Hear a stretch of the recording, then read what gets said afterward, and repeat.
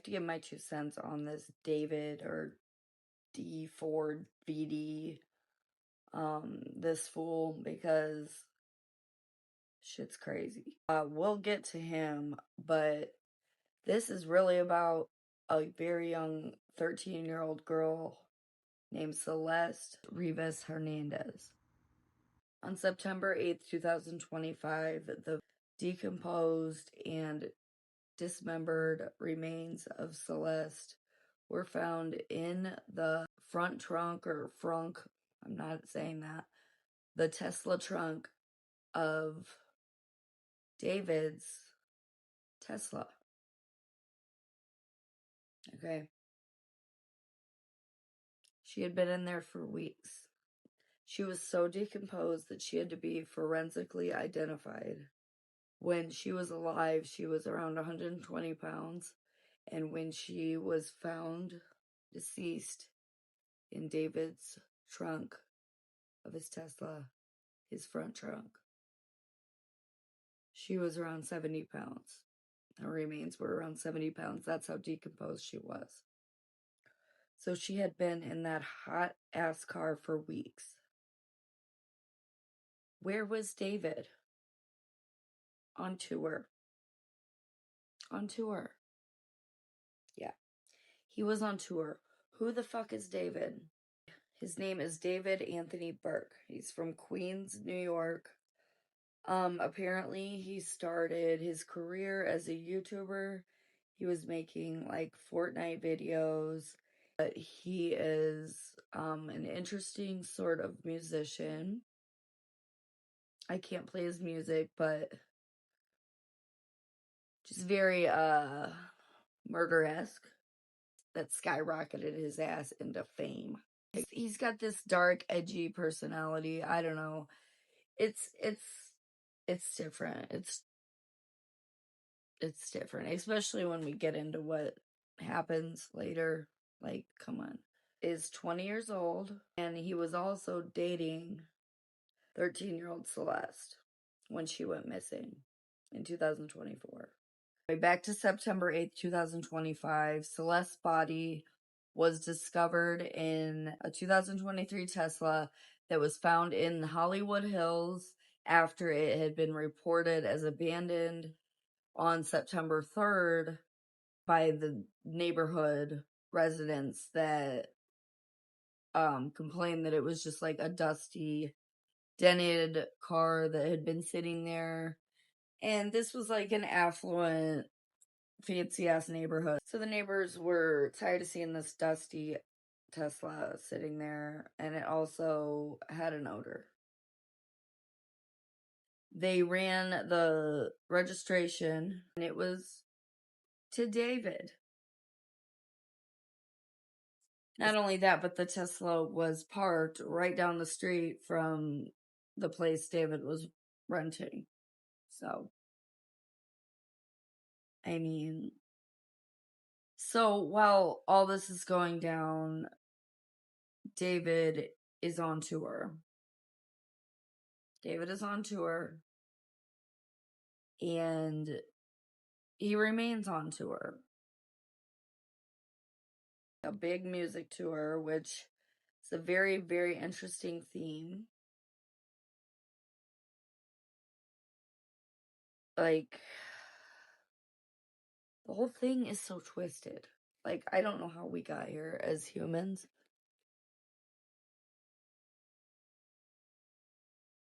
Personally, I've never even heard of this guy musically at all. I don't know if I'm out of the loop or what, but he's never come across my Apple Music, so that's irrelevant. What is relevant is where Celeste comes in. When David is 20 years old, he meets Celeste, who is 13, online. This is what's verified. It could have been earlier than that, but what's verified is she was 13, he was 20. So obviously, he's a chomo. So they meet online. she runs away from home to go to one of his concerts. They meet up, and then the police ended up taking her back home to Lake Elsinore, California. She stayed home for about a month, and then David allegedly came and picked her up in his Tesla a month later, and she wasn't seen by her family again after that. So after she gets picked up by him, she ends up staying with him for about a year-ish, and she is spotted with him in photos all over social media, but a lot of times she's covering her face. There's this really disturbing Twitch video. They were live streaming on Twitch, and she ends up saying this. I media trained you. No, you didn't. That's controversial. It's controversial of kids.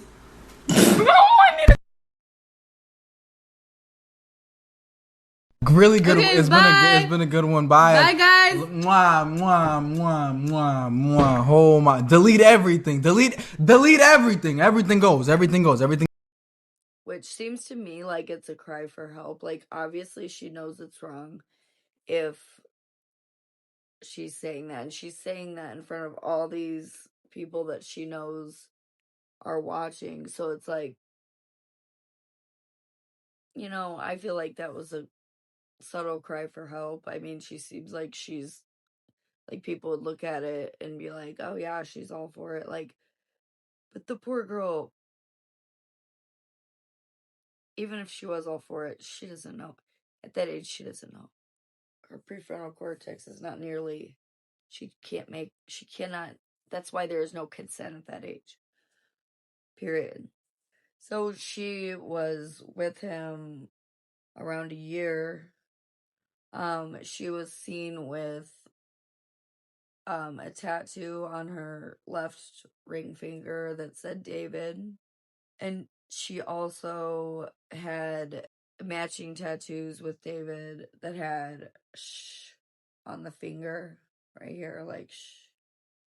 And the irony of that to me is so sick, because it's like, we all know what the secret was. You were a chomo.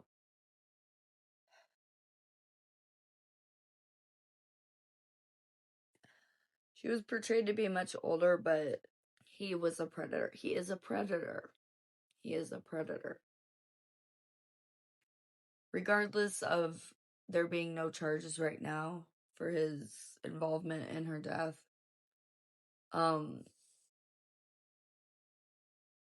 he's a predator. I mean, it's been proven that he was in a relationship with her. So here's where there starts to be a timeline with the actual death. On August 24th, Celeste was seen in one of David's concerts in a video, and she was in a black tube top. So that's August 24th. On September 3rd, the Tesla was reported abandoned, and then on September 8th, Celeste's body was found in the Tesla. They didn't know it was Celeste at the time, but they did know it was dismembered remains. However, David remained on tour, and his manager allegedly heard making statements that he was unaware that he needed to call the police after hearing of this news, because he was more involved with the tour. So, I don't know. So they went on with the tour for a while. A weird while. They went on with like nothing happened. And after the body gets discovered, David breaks his lease on this really nice house he was renting for $20,000 a month that used to belong to Holly Berry. And he had just signed the lease in March of 2025. He just signed the lease, and breaking a lease is going to cost him thousands and thousands. Like, so when the body's found, he just flees, breaks his lease and leaves, and he just signed the lease. So, like, that's sus. Then police searched his home, and they found a bunch of prescription pill bottles. I guess it was Loratab, allegedly. And they were able to tell the 3 to 4 people that regularly stayed there by their belongings. This whole entire time, after Celeste's body is found in the Tesla, and he's still on tour, continuing his tour like nothing's wrong, he's not a suspect. He's not a suspect. He's not even arrested for concealing a death, because the body was so decomposed that the medical examiner could not even determine a cause of death or a manner of death. So they are saying that she could have possibly died of natural causes, and he could have just concealed the body. So why then was he not even, it's still not even charged with concealing the body? That's what I would love to know. He continued his tour like nothing was wrong. However, he took down the bloody shirts. He made all these bloody shirts and was selling all this merch with that was bloody shirts. The irony, but this was his artistic expression, okay? And these were being sold while Celeste is dead, because she's not discovered for months. She's suspected to have died in spring of 2025. She wasn't discovered until September, okay? Spring, September. So she was gone that whole time. During this time, he brings out this bloody merch. Like, are we serious right now? So, they don't discontinue the tour. Eventually they do. But they keep going for a while. But he does take down the bloody merch off his socials. Like, the fact that he even had all of that is enough. Here's my point. How can they say that artistic expression, you can talk about murdering and, like, getting your jollies off by murdering people, but we on YouTube are censored and can't even say, like, SA and all of that? Like, make it make sense. You know what I mean? That's besides the point. Okay, so currently now what's going on is allegedly David is now a suspect, and he may or may not be getting charged for the murder of Celeste. Reports that singer David is likely to face murder charges in the death of Celeste Rivas Hernandez. This was a very big story. Sources tell TMZ the grand jury hearing the case is expected to vote on an indictment, and prosecutors believe David was involved in the teen's death. TMZ reports the grand jury could continue hearing testimony into February. The 15-year-old's body was discovered in a Tesla at a tow yard, if you recall, over 3 months ago. The car was registered to the singer. And now we have this coming out. There could have been greater plans as far as getting rid of her, and it's scary, sadistic stuff. And that's why we're trying to learn more about that. I wish I could say more, but for obvious reasons I can't. But it doesn't have to do with how she died, but maybe how they were planning on ultimately getting rid of her, and how maybe that Tesla was just a holding spot at the time, and things just, their timing was just off as far as getting this done. But there's a few things that were just like, will blow your mind.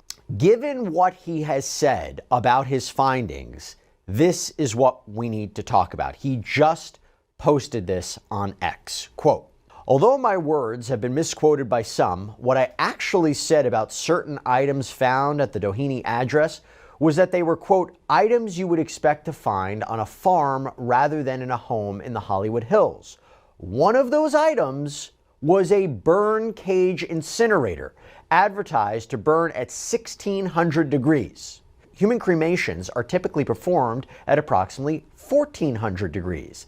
An incinerator is not legal to use within city limits and serves no legitimate purpose at a residential property in the Hollywood Hills.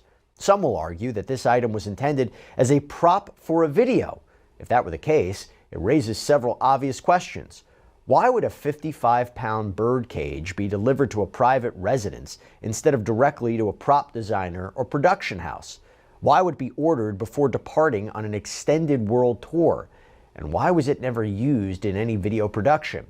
It is also important to note that there were additional items present that could be used in conjunction with the burn cage.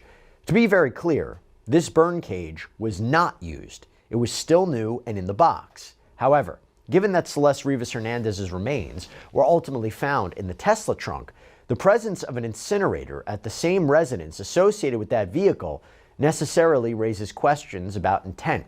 The burn cage was not taken during the search warrant, and because it was not used, it appears it's not of importance to any possible criminal investigation. But we think it's important context, even if not criminal.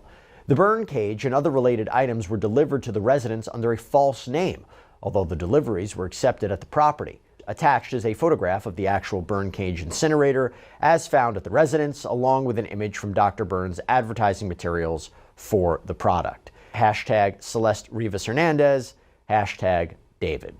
And he does include those photos, by the way. This retired detective, law enforcement instructor, Matt, so good to have you here. Quite the statement from Steve Fisher. Well, I think Steve Fisher's remarks are very well considered. I cannot think of a legitimate, innocent reason why a burn cage would be received at a private residence, why it would be ordered under a false name. I also, frankly, let's can't actually understand. Just start there. Keep your thought. Okay. The only thing I would say is about a false name, you know, if he's a celebrity, he doesn't want people knowing that he's staying there. Thoughts? Fair enough. But if he's got a bunch of people that he's working with because he intends to use this as part of a concert tour, as part of a video, he's got a whole staff of people that can order something for him. I don't understand why he would need to do it under an assumed name. So yeah, that's definitely crazy. I will definitely be keeping up with this case. Let's keep Celeste in our thoughts and prayers along with her family. This is a tragic, tragic case.